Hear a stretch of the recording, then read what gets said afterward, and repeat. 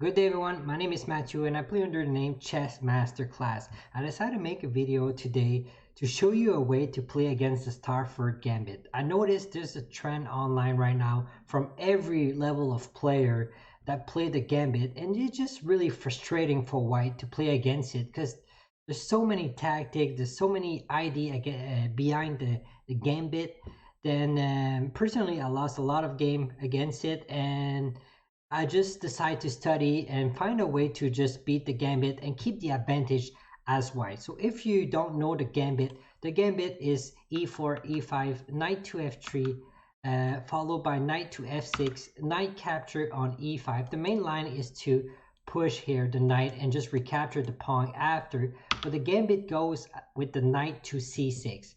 And here, if you capture, and play the main line, which is d3, just keeping an eye on this pawn, preventing the knight to capture. Then you open and play a bishop to c5. You play bishop to e2, just preparing to castle and keeping an eye on this g4. And it goes by knight to g4. And there's so many idea here behind the gambit. If you take and play queen there, you can play queen f3, you can take. You have to exchange queen because you cannot take because it will have this check ID. And after, even if he does take and take back, well, black will have just a better position with the bishop pair and will manage to have this board of the rook in the middle, and it's just a big win for black. And even though if you don't play this queen there and you play g3, then queen can simply take the bishop, and we have the same kind of a position here, which black does have an advantage, even though if he's down a pawn. And I play this gambit, this variation, and if you look at the stockfish, it says it's +2 for white, but 10 move later it's always winning for black. And there's so many threat with the black pieces. Then I decided to play another way against the Stafford Gambit, and even I'm just gonna show you a quick game with Penguin online that played the Stafford as black, just to show you how powerful the Stafford can be. So if you look at this piece, I'm just gonna go really fast, and black here is completely winning with this 2 arrow ID, just controlling the center. White has a piece down, and black is winning. And it happened to me a lot of time that I just, if I look at computer move that says it's +2, and next thing you know, 10 move later, you're just losing, either losing material or just losing the game. So you don't want to memorize 20 game out of the opening. You don't want to change your repertoire to avoid the Stafford Gambit. So this is where I come with a new ID. The new ID start with e4. After e5, you play knight to f3. You play knight to f6, you capture it, and now we have the Stafford Gambit on board. But instead of playing this pawn to d3, I come with a new ID by bringing the knight to c3, bring the queen there, and preparing the knight to jump back to d1 to add a defender to this f2 pawn. And I'm just gonna show you. So now I'm just gonna play knight to c3. So all the player that I play this, they instantly play bishop to c5. But just to keep a heads up, if the bishop if it doesn't go for this bishop to c5, the Stafford Gambit line, you try something like bishop there, then you can just control the center and keep developing this way, and you'll be up a pawn, and you're okay in development, and you're ready to castle. This bishop is gonna go out, this queen's gonna go up, this rook is gonna come, and you'll be perfectly fine. So after you play the bishop there, what I recommend here is to play queen to e2. And the idea with the queen to e2 is to basically to add a defender to this pawn, but the main idea is to allow this knight to jump back to d1 to come with a defender to the pawn. So if he does play knight there, you can jump back the knight, and after that you can push this bishop out of the game and push this knight back and just bring this bishop out and castle. So the plan is always the same kind of plan. So here my opponent played knight to g4. Now I recommend just knight to d1, adding a double, actually a triple defender to this pawn. And the idea is just to remove any sort of threat for black.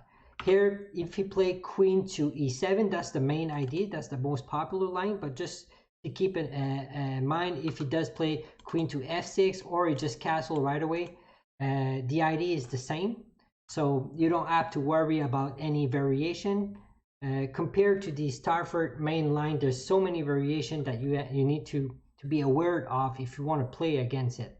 So now the main idea is just to play c3, and keep in mind you cannot sacrifice here because the knight just gonna take.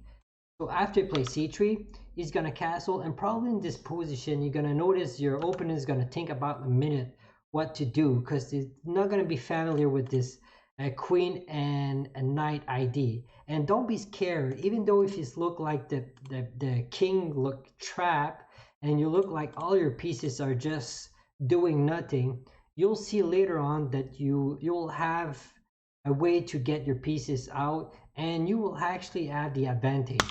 So now castling, I recommend to play d4, kicking out the bishop. Bishop has to go back, kicking out the knight. Knight has to go back, and play some bishop to e3. Now just preventing this pawn, so bishop will always be cut from your castling. And the most popular move here is pawn to c5. Here I recommend just to push the pawn and keep the extra pawn. If you try something like pawn there, you can even try to keep the pawn. This is the pass pawn, so if you decide to exchange, it will be a pass pawn. But if he does go bishop e6 instead and doesn't go for the break, because sooner or later it will have to go for the break, then just push the pawn on g3 and prepare this bishop there and castle. So it'll go like this. And if we pause here the video, you see that white basically have the advantage. White have an extra pawn.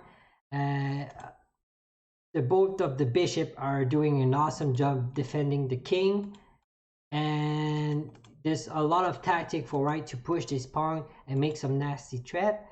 So white have an advantage here, and it's just really fun for white to play. And black on the other end doesn't have all the tactic that come with the Stafford Gambit, and it's kind of stuck. So if you look at this position, that's one of the main line that happen in a lot of my game. Then I just love to play this. And if you look at the computer says +1 +6, 1 +6 for white, but it's not like sometime with the Stafford Gambit it says +2 for you, but 10 moves later you just get crushed. But that's actually 1 +6, and you have to play the exact line to keep this 1.6 advantage. And on the other end, white, you have so many ideas. You have the idea of playing a4, you can push in the middle, you can bring this rook there if you wanted to. Anyway, if we go back to this main line, if you decide to go with the break, what I recommend is just play this d5 ID, and after that just adding a defender to this pawn. And I'm just going to remove the computer line here. If you decide to play this, you're just gonna prevent this check with the knight. But now the idea is simply the same kind of idea, just bring the bishop on g2 and castle here. So just to show you a line, castle here. And if you look at computer line, computer says it's +3, an easy +3. There's a lot of tactic going on, but the idea is white having a pass pawn. And by having a pass pawn here, you can basically exchange everything off the board and white will be winning. So that's the idea. And black doesn't have any counterplay. So this is why I like about my opening. So just going back to the opening, after you play this, you're just gonna accept the gambit, play this knight to c3. He's gonna play the bishop and play the queen right away. So now going with this knight, you're gonna play a knight back here. Just gonna remove the computer line, and like I mentioned, if you decide to play e7 or knight f6, queen f6, or just castle right away, then you're just going to keep up with the same kind of idea, preventing this bishop from ever coming, kicking out this knight, and after that bringing your bishop out. And if you decide to go for the queenside castle, perhaps you play rook, you play bishop e7, and it doesn't go for this idea here, or it doesn't go for castling here, and you decide to play something like, after you play there, you decide to play something like bishop there.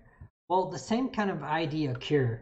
You're just gonna play d4, kicking out this bishop, and after you move, you're gonna kick out this knight, and you're just gonna play the same kind of opening, the same kind of line, but this time he's gonna have the king on the queen side. So I'm just gonna show you what it might look like. But if you stop there in this opening, now you can take a look at white does have the extra pawn advantage, and black plan is not really clear what is going on, and black plan is not really clear, and white plan is just simply to play a4, b4, a5, and just try to break their castle here. Maybe bring this knight there, bring the 2 rook on the a file and b file, and just crushing the opponent. And I'm gonna show you one under my game. So remember, the main idea of the opening is to play knight to a c3 and queen to e2. And if it doesn't go for this knight ID, if you just say, oh, I'm gonna go for this ID, well, you can just keep a normal development, and you don't have to play knight there. You can just wait to see what it is gonna do, or you can even play h3 here just to prevent any attack for the knight. So if it does play there, then you can now play the knight and keep the same kind of idea on board and still work for white. So, and perhaps if you play something like this, you can just kick out this bishop and challenge this bishop here on e3. So that's one of the options that's happening. You go bishop back, you take, and you can decide to castle this way. You can push a g3, bring the bishop on g2, decide to castle this way. It's clearly waiting for white. If you look at this Stockfish says, it says it's +3 for white. So I'm really comfortable with this position. So if it doesn't go through, I'm really comfortable. I'm just going to show you ending with one of my game that I play online, and I believe that was a 2200 player that played the Stafford against me. I started with e4, you go like this, we go into the Stafford line. I decide to play knight to c3, he decided to play bishop there. I play the queen there almost instantly, and my opponent played queen to d4, and that's a new line that I never saw it. And just to show you how powerful is it versus the Stafford Gambit, if you get into a new line, you play some common sense move, and you'll get away with it. So here, the idea here, it does have a double pressure with this pawn here. So, and I'm not really scared about this pawn to f2 capture. So what I decide to do here, I decide to play just a simple move. I just play d3, defending this pawn. And next, my opponent play knight to g4. So surprise, no, I was not really surprised going for this. Now we have a triple attack for this pawn. So I decide to play knight back to f2, e castle, and now you can guess what's my plan is simply to block this bishop. So I play pawn to c3, play queen back, I play pawn to d4, I play bishop back. Then I decide to play h3 instead of f3, but both move was okay for white. And he play a little tactic here, queen to h4, but that's a normal classical line of the Stafford Gambit, but it doesn't work in this case because bishop is completely blocked. So what I decide to play is just kicking out this queen, it's just moving up. So if I decide to capture, it's going to capture my rook. I'm not going to allow this, but every move in this situation are good for black. You have the move like bishop to g2, just to adding a defender to this rook, forcing him to go back. You have this knight ID, even this bishop ID. There's a lot of move going on. I decided to play knight to e3, just putting pressure on this knight, forcing the knight to go back, and he played knight back. And in my game, I made a little mistake here. The mistake that I play was e5, and I allow black to bring the knight into the game, even though it's winning for me. I could have just simplified things by just capturing up here the queen, and after you capture, you get into the same kind of position as we see before, but white is completely winning. If you look at Starfish, white is +5. Why white is +5? The reason, if I do have a pass pawn, and the knight that was awkward here on d1 is not awkward anymore, and this bishop, there's a lot of good plays that the bishop can go to keep the tension and put some threat on the black pieces. So here I should have just captured up the queen. That was the best move. Capture the queen, simplify the thing, taking the advantage that you have a better structure and you're up a pawn. But I decided just to keep the tension, just to show you how the game continue. You play knight there, I capture the knight. I play pawn there just to prevent this break, because sooner or later you'll have to do the break. And after a while, just to show you the game, I was winning. The only reason why I was winning is because of the 2 pawn there. So after check here, check, I missed this capture, and just pushing the pawn for a queen.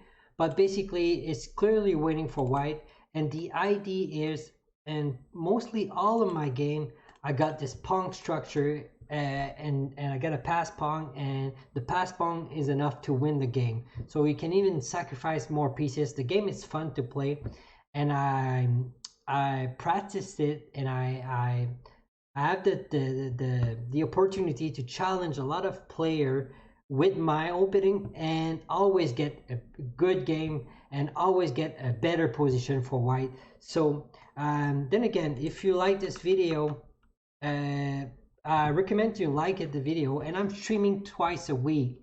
You can find me with Chessmasterclass, and I'll make a new video soon, probably. But I hope you enjoy, and I hope you try it, and leave a comment if you like it, the ID. Personally, I just love the ID, and it does work with me, and I like to keep the advantage as white, and that's exactly what it does with the main ID of knight to c3 followed by queen to e2. And this really is amazing preparation. I hope you like it. I hope you try it. I'll see you guys soon.